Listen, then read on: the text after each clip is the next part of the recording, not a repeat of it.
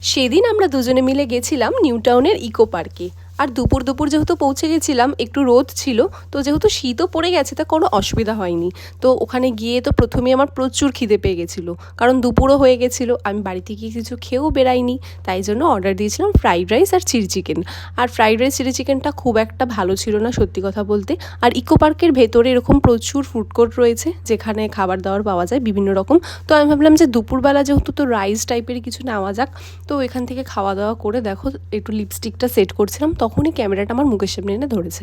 মানে সিরিয়াস, কিন্তু যত লজ্জা ওই ক্যামেরার সামনে। আর আমার সাথে সারাদিন আর কি ফাজলামও কিন্তু করতেই থাকে, তবে ক্যামেরাটা যদি আমি চালু করে দিই তখন ওর সব লজ্জা। আর প্রথমে কিন্তু 30 টাকা করে টিকিট কেটে আমরা ভেতরে ঢুকেছি, আর তারপর এই গ্রামটা দেখতে কিন্তু 10 টাকা করে পার হেড লাগে।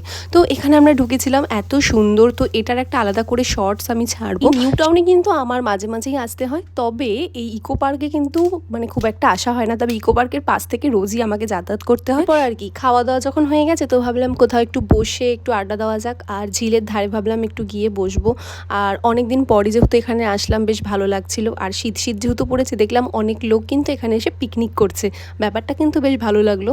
আমিও ভাবছি যে ডিসেম্বরে একবার এসে এখানে বাড়ি থেকে কিছু বানিয়ে নিয়ে এসে পিকনিক করা যায়। তো যাই হোক, এখানে খাওয়া দাওয়া শেষ করে সন্ধ্যাবেলা একটু কফি খেলাম।